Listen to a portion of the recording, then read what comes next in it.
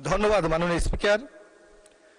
আমি এবিএম মোশাররফ হোসেন, পটুয়াখালী ৪ সংসদ সদস্য, খুলনা ৪ থেকে নির্বাচিত সংসদ সদস্য এস কাজুল বাড়ির পক্ষে মাননীয় প্রধানমন্ত্রীর কাছে আমি প্রশ্নটি উত্থাপন করছি।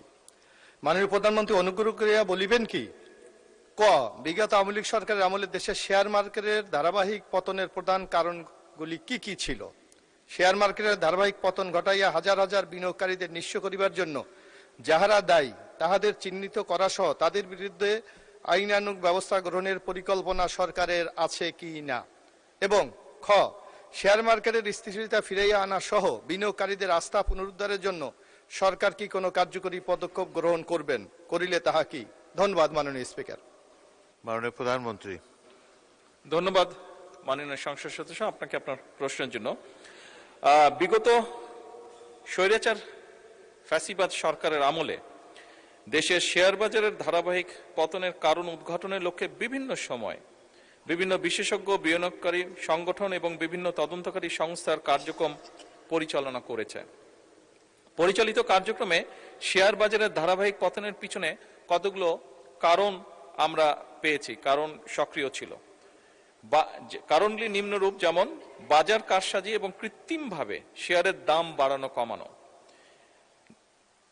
এরপরে কিছু কোম্পানির আইপিও ও বন্ড ইস্যুতে বিভিন্ন রকম অনিয়ম, এরপর নিয়ন্ত্রক সংস্থার দীর্ঘমেয়াদী দুর্বল তদারকি এবং সময় মতন ব্যবস্থা গ্রহণ না করা, এরপরে কর্পোরেট সুশাসনের ঘাটতি এবং আর্থিক তথ্যের স্বচ্ছতার অভাব, এরপর প্রাতিষ্ঠানিক বিনিয়োগকারীদের সীমিত অংশগ্রহণ এবং বাজার আস্থার সংকট, এরপর নীতিগত অসঙ্গতি এবং বিনিয়োগকারীদের মধ্যে অনিশ্চয়তা, এরপর পুঁজিবাজার বান্ধব কর নীতির অভাব। মাননীয় স্পিকার,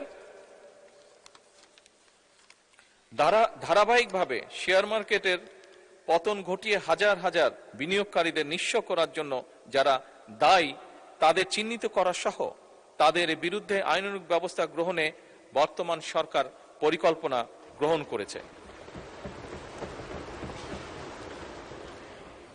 ইতিমধ্যে শেয়ার মার্কেটের কেলেঙ্কারি অভিযোগ দুদক কর্তৃক অনুসন্ধান কার্যক্রম পরিচালনা করা হয়েছে, যার প্রেক্ষিতে কতিপয় ব্যক্তিকে চিহ্নিত করে মালামাল সহ তাদের বিরুদ্ধে আইনানুগ ব্যবস্থা গ্রহণ করা হয়েছে।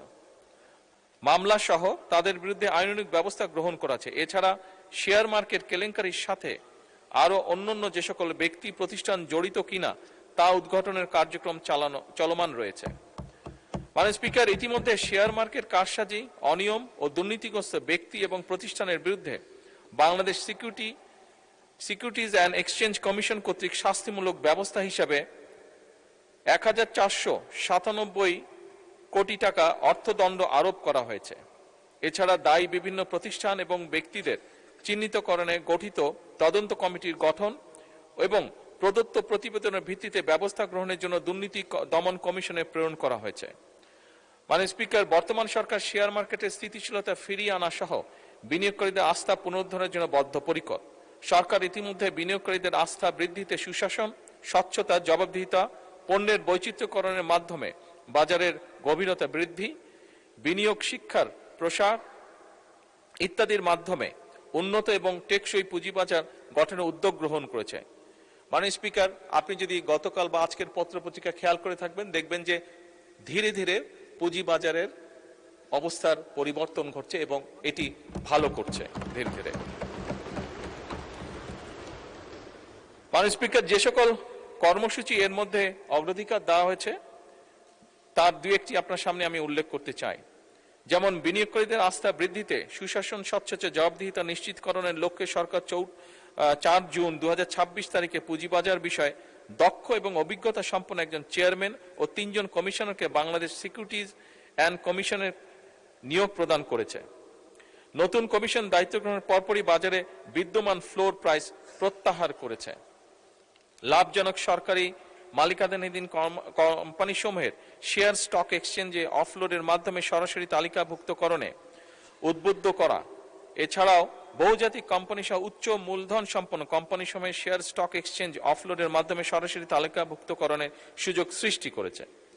এসএমই কোম্পানি সমূহ ভালো মৌলভিত্তি সম্পন্ন কোম্পানি সমূহ পুঁজিবাজারের তালিকাভুক্ত করা, পুঁজিবাজার কারসাজি বন্ধে অনিয়ম সংক্রান্ত তথ্য প্রকাশ এবং প্রদানকারীর প্রয়োজনীয় সুরক্ষা ও উৎসাহ প্রদানের ব্যবস্থা গ্রহণ করা। মাননীয় স্পিকার, আরো অনেকগুলো ব্যবস্থা সরকার গ্রহণ করেছে, কিন্তু যেহেতু সংসদের সময় অত্যন্ত মূল্যবান, বাকি যেগুলো ব্যবস্থা গ্রহণ করেছে সেগুলোকে আমি পঠিত বলিয়া গণ্য করার জন্য অনুরোধ করছি। ধন্যবাদ মাননীয় প্রধানমন্ত্রী।